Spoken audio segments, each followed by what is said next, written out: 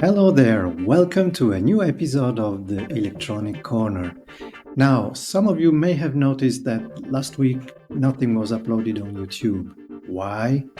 Because it's summer. Everybody's busy, either touring or on holiday or doing stuff with family. I have a bunch of people who told me, yeah, sure, I want to do this thing with you, it's cool, but please write me back or call me back in September. So I'm struggling a bit to cover the next few weeks until the end of August. That means that if you make electronic music and you have a nice studio that you want to share with us, your chance is now. Contact me, write me. The link is on the comments of this podcast, and because from September on things should be a bit busy here. Anyway, there is a guy who luckily didn't tell me, call me back in September. He said, yes, let's do this thing and let's do it next week. And in case the name Stefano Rossello doesn't mean much to you, watch this.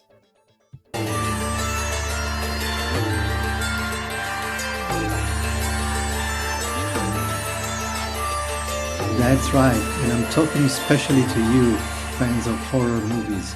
I'm sure you have recognized the soundtrack of Suspiria, the masterpiece by Dario Argento. And, Stefano is the producer of Goblin, the band who released most, if not all, the soundtrack of Dario Argento. So I'm really excited to have the chance to talk to him today. And by the way, he has just visited the maestro himself, so I'm going to ask him about it. He's also a DJ and a musician, and he has a very nice collection of vintage synths that he's going to show us. So let's not waste more time and let's meet him. Hello, Stefano. It's very nice to meet you. As I said before, I'm excited because of all the roles you have in the music environment, and not only.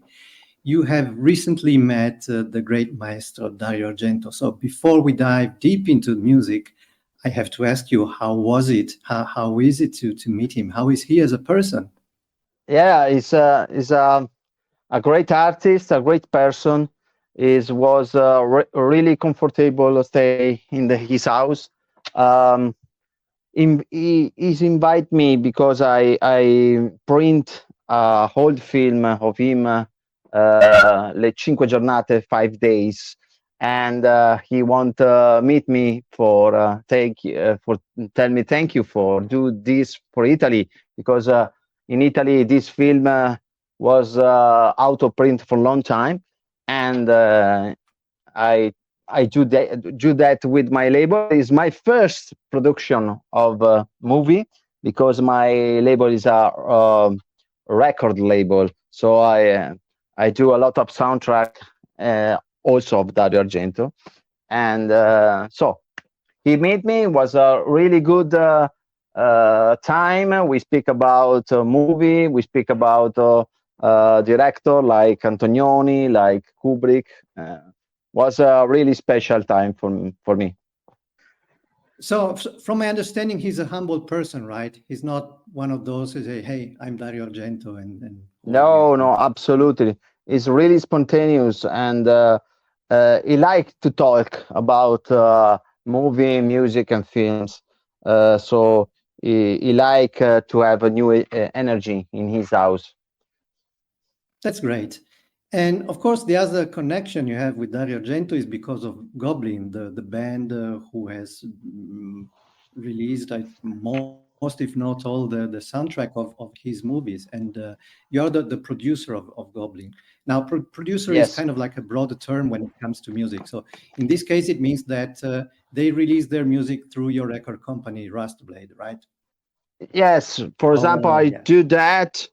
It the new version of prog rock of Ah, Suspiria, and I do Profondo Rosso. I do also not only with Goblin. I do also Ennio Morricone, like this record of Dario Argento, oh, Il gatto wow. nove code, the cat of Yeah, nine yeah. tails, In fact, and so that would have been my next question. If you are also have other artists in your rooster. I'm pretty sure you're not producing only Goblin. So No, Morricone is no, another no. one. Wow.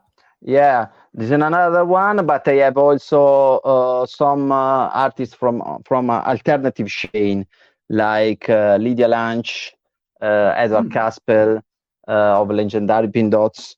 I do an album also for Young Gods.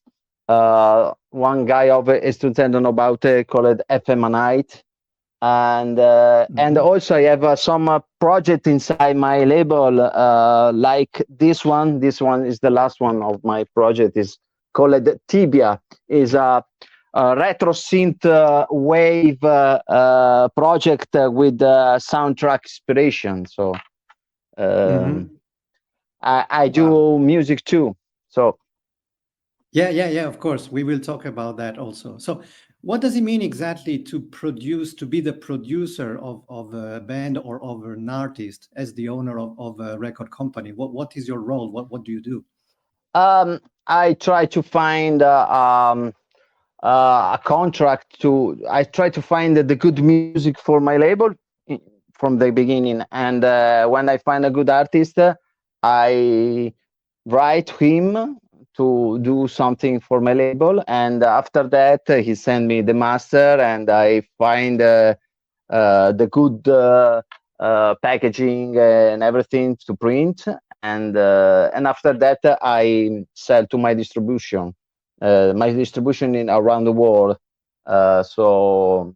United States, Germany, Italy, Japan, and everything. Sure, good. Now, in a time where a lot of artists are actually self-producing and the streaming platforms are dominating, is it still profitable to run a record company, or is it just like the love for music and the respect you have for the artist that make you keep going? You know. Yes, is I'm in the middle of this. So it's a work because I work with big artists. So um, for me, I have a good response outside Italy. And because we have the problem that in Italy now we have some confusion about the physical production of, for example, vinyl and CD. They believe just in streaming. Outside Italy is not like that. Outside Italy, there is a respect of format of, for example, vinyl or CD or a special box set. So yeah, I'm in the middle of this. So I'm not. It's not a big success of selling, but it's good for live. Oh, that's good. It's encouraging as well, you know, because Yeah, one of the fear, of course, is yeah. that record The main companies will things. be defeated. Yeah, the main things is to find a good way outside Italy for the first, because for this, for some kind of titles, there is a big respect of our artists, especially Goblin, especially Ennio Morricone. Oh yeah, I know. I mean, I check on Instagram, for example, like different artists or group, you know, dealing with the electronic music or other stuff from Spain, from the United States, from Australia, and every Yeah, now and then, you know, Goblin come out or Morricone comes out or yeah, other artists, let's say Italian artists, which, okay, it's not fair to say they are forgotten here because they are not, but you can really notice, you know, from the things they write, the huge respect and yeah. devotion almost that these people have for our artists. So I do understand your point totally. Yeah, for That's good. example, I printed two records of Nino Rota from Mm. Fellini films. One it was Satyricon, Fellini Satyricon, another it was Fellini Roma, and it was really good. Uh, the success outside Italy because Fellini have a big respect. In Italy, we I don't know why, but we forget what we have. We forget our roots sometimes, and I understand. That's no good, yeah. of course. Now, tell us about your activity as a musician. From what I heard, you are or have been involved in more projects. So you have your own Yeah, band, but you also collaborated with other bands, right? So tell us something about that, please. I start with my first project called Bantier, and it was an industrial music project where I singing and I find a drummer from United States that he live in America, in Italy, and another my friend called Filippo Corredi, and we do this project for some around 10 years, something like that. And after I also find other ways to compose, I change completely kind of music because industrial is really strong and hard music, and I find the way to compose some ambient stuff. I have a lot of inspiration from Tangerine Dream, for example, or also Goblin, also Claudio Simonetti, for sure, but also Brian Eno. And I like to make something completely different. I like to make atmosphere, and I the good things is that I become from industrial music, and industrial music have a lot of synthesizer, and I change completely the sound with my synthesizer with a new phase and a new romantic and ambient phase. So I'm so happy because my last concert I play in Bomarzo. There is a big park called Parco dei Mostri, and I make my ambient stuff alone with some projection of the park. So I like to make different kind of music. So Yeah.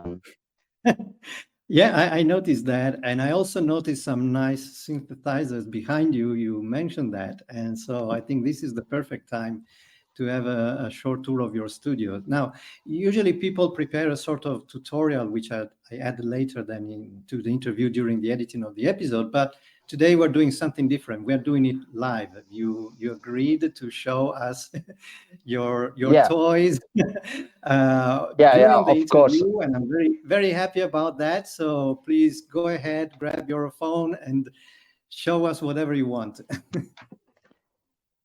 Hello, guys. This is the Rust Blade Studio. So it's my new studio. I moved my stuff from the other room in this new room, and I can show you. This is my part of mixing composing.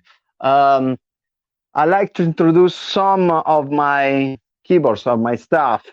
Um, I love to have 80s keyboards. I like 80s music. So because it changed completely the electronic music from the 70s. But I like also analog music from the stuff. But it's very expensive to find it. And I'm so lucky to find some keyboards in the past. But now, if you buy that, it's really expensive. So we start. This is we start with the big names of the keyboards. Is Dick 7 from the 80s. Is this is really this is tabula bass from these keyboards, and I like it because these keyboards have so minimal sounds, but they are really good, and there is no other keyboard that can make this kind of sounds. Um, And that's why because you can hear them in many records, of the yeah, 80s. That's the reason, right? they have two or three bass line, but are really good. And this kind of bass line changes completely the sound of 80s. If you listen some tracks from Depeche Mode or everything, they become from this bass line. Um, I have also inside a special card that you can change the sounds. And in this card, there are a lot of a big library of the sounds. So if I can make and I and I listen from the not internal, but from there, you can.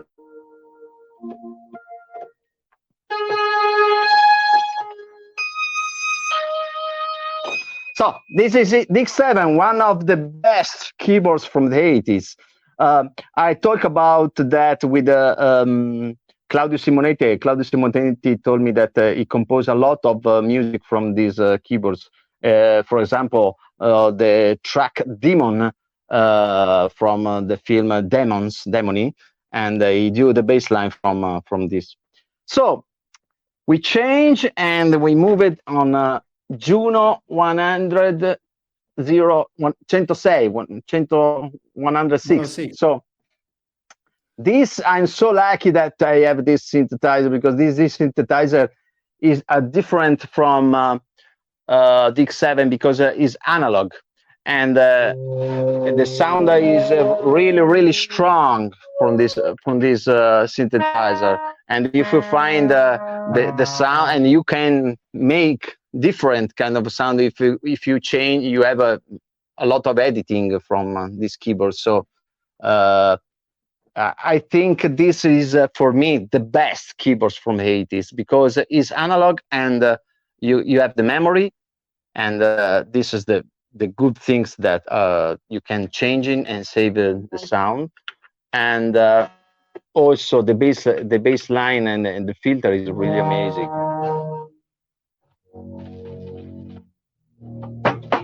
So he moved a lot of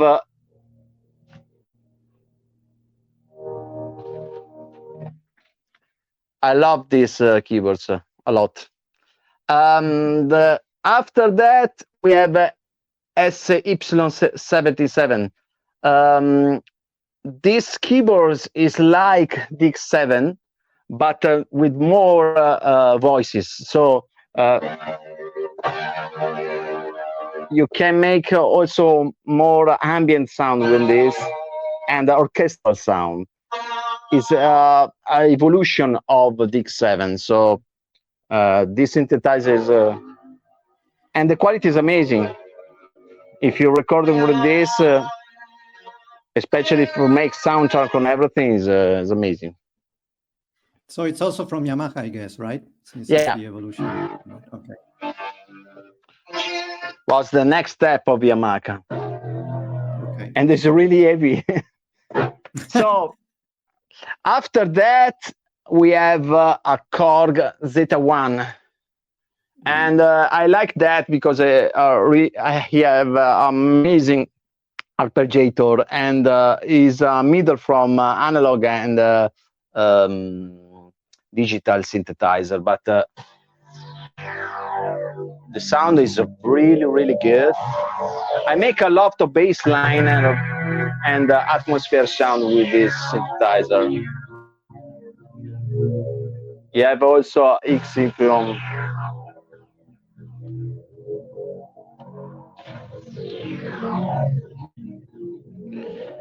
I think if you want to make ambient music or something like atmospheric or new age music, this is really good. Yeah, that sounded kind of spooky, actually, you know. A bit scary, mysterious, very interesting. Yeah.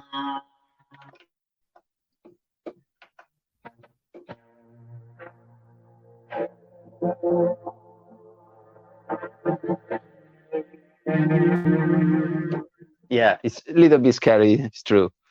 So another big synthesizer from the 80s and 90s is D50 from Roland.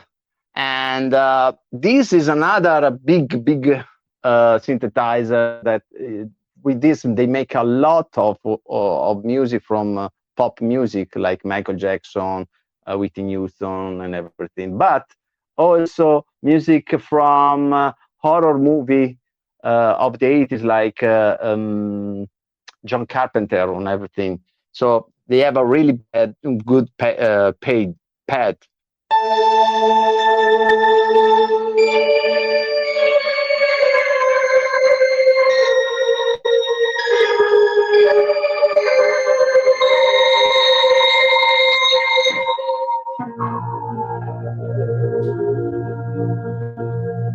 Also, with this, I used his internal memory with his card and his sound, but I have also this new card that have 1,000 sounds because I like to have a big library when I make a soundtrack or when I make some composition.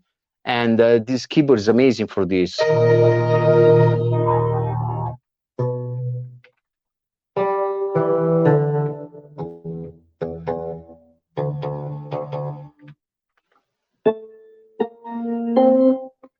So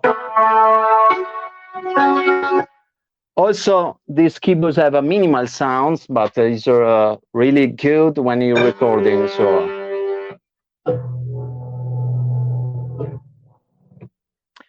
and after that we have another keyboards is Kawai Kappa 4, and they created this synthesizer for make imitation of the D50, and this is amazing also for making ambient, but also to make some minimal sounds that I like it because in the 80s, if you listen the bass line, the sound is so minimal, so direct. So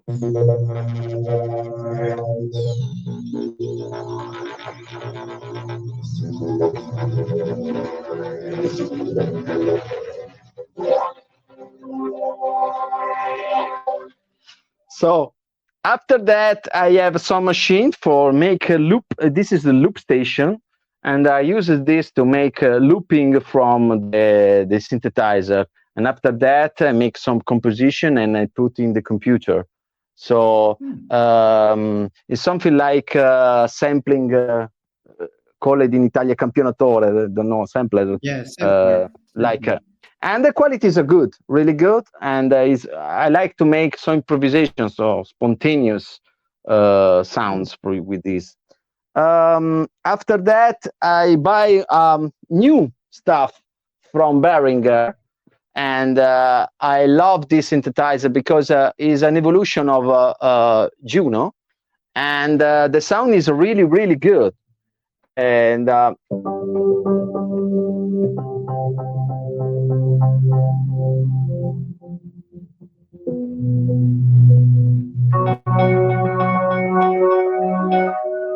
good things about this synthesizer is so you can make everything with this, with every kind of sound, and because he have a big library, but he have also good effect section with TC Helicon, so you can make a reverb for each sounds. You can make ambient music. You can make 80s music. So if you want to buy a good synthesizer for now, this is really good. I think so, and the qualities are good also. After that, we move it in the another part of the studio. I buy recently this one is a Pro One with memory. So if you know Pro One is a big name from the 80s. Vincent Clarke for Depeche Mode used a lot of this, and also of course Depeche Mode, Skinny Puppy, Duran Duran. So this synthesizer is really good to make bass line and some 80s music. So it's a really good sound, and Barry can make a really good synthesizer. I buy this because I have also this version, but this version don't have the memory, and this you can make the sound and save it in his memory, and this is really good because if you want to create some your personal library, this is amazing. And after that, we have this one, little bit. This little synthesizer is string synthesizer, and I make music like Solina. I don't know if you know Solina, but Solina is one on the big synthesizer of the 70s, also for ambient music. And Pink Floyd make music with this. Joy Division make music with this. Also, I think Arancia Meccanica. They, I don't Clockwork know the. Orange. Yeah. Yeah, Yeah. yeah, and Clockwork Orange. yeah, The Cure make music with this. So it's really romantic pad and string sounds, and this is really good imitation of Solina. If you like to make sound with this, like I don't know if you know um, Shine on the Crazy Diamond, the beginning it was created by Mm-hmm. this. Okay. Interesting. So Mm-hmm. the pad from the beginning was created with Solina, and this is good imitation of Solina. After I see. that, I can show you this a drum machine from the 80s from Yamaha. It's really good because uh, a lot of 80s make music with this machine. Is Italo Disco. They do a lot of things with this drummer. And after that, Mm. we have another big names is 8008, but from the from Oh, yeah. Beringer. It's not the original. The original is so expensive, Ah. but you can make.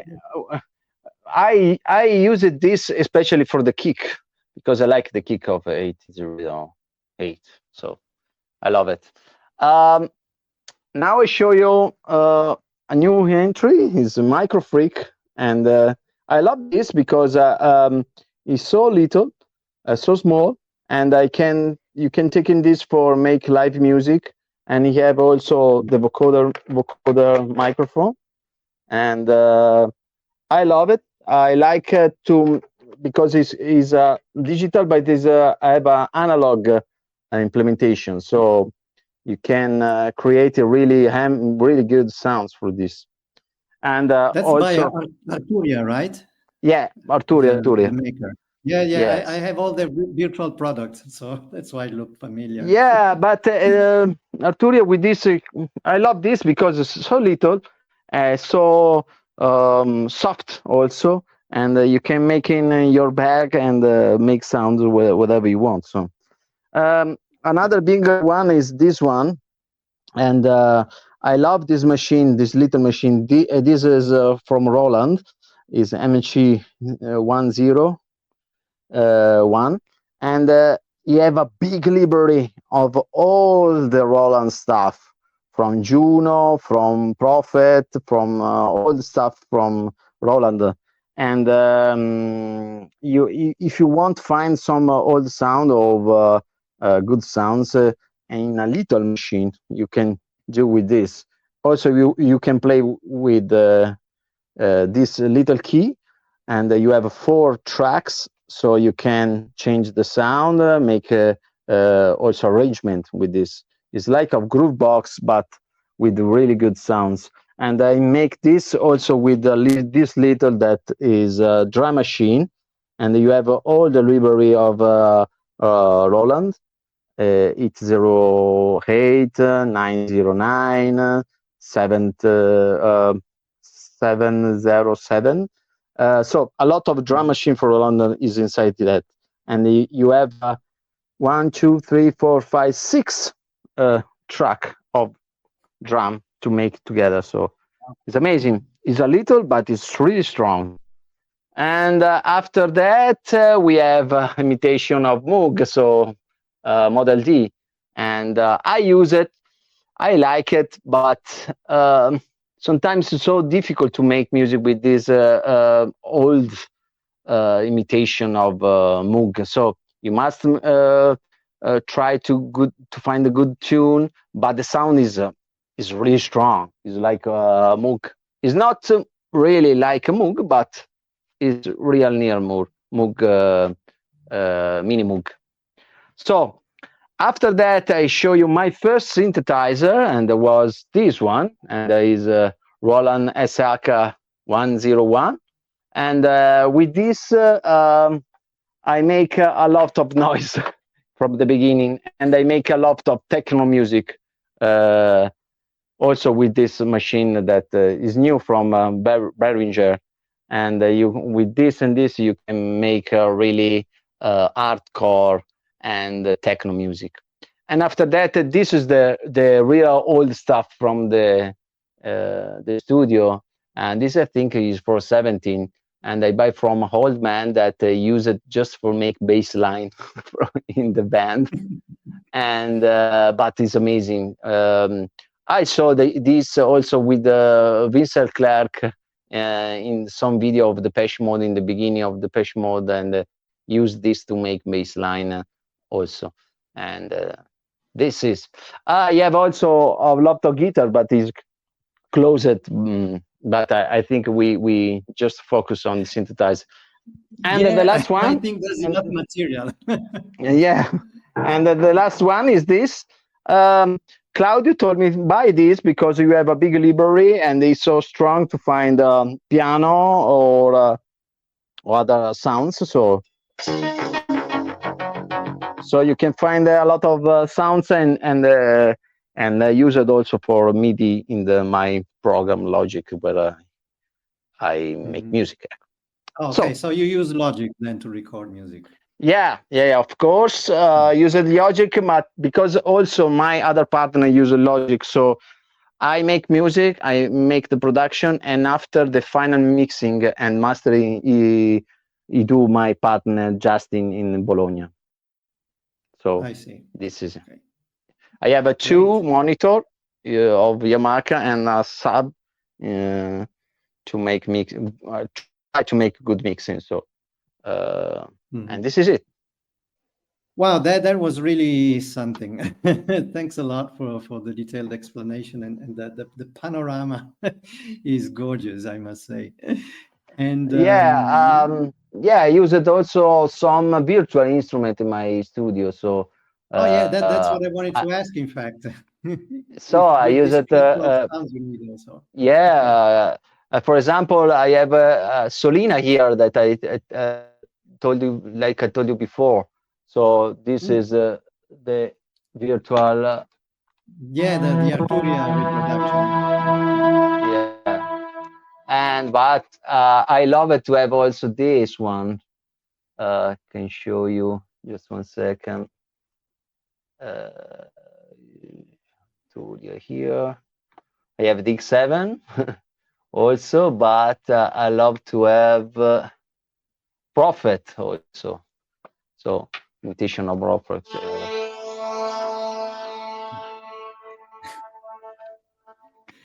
So it looks like all those physical things are not enough for you, huh? You also like to use the virtual one.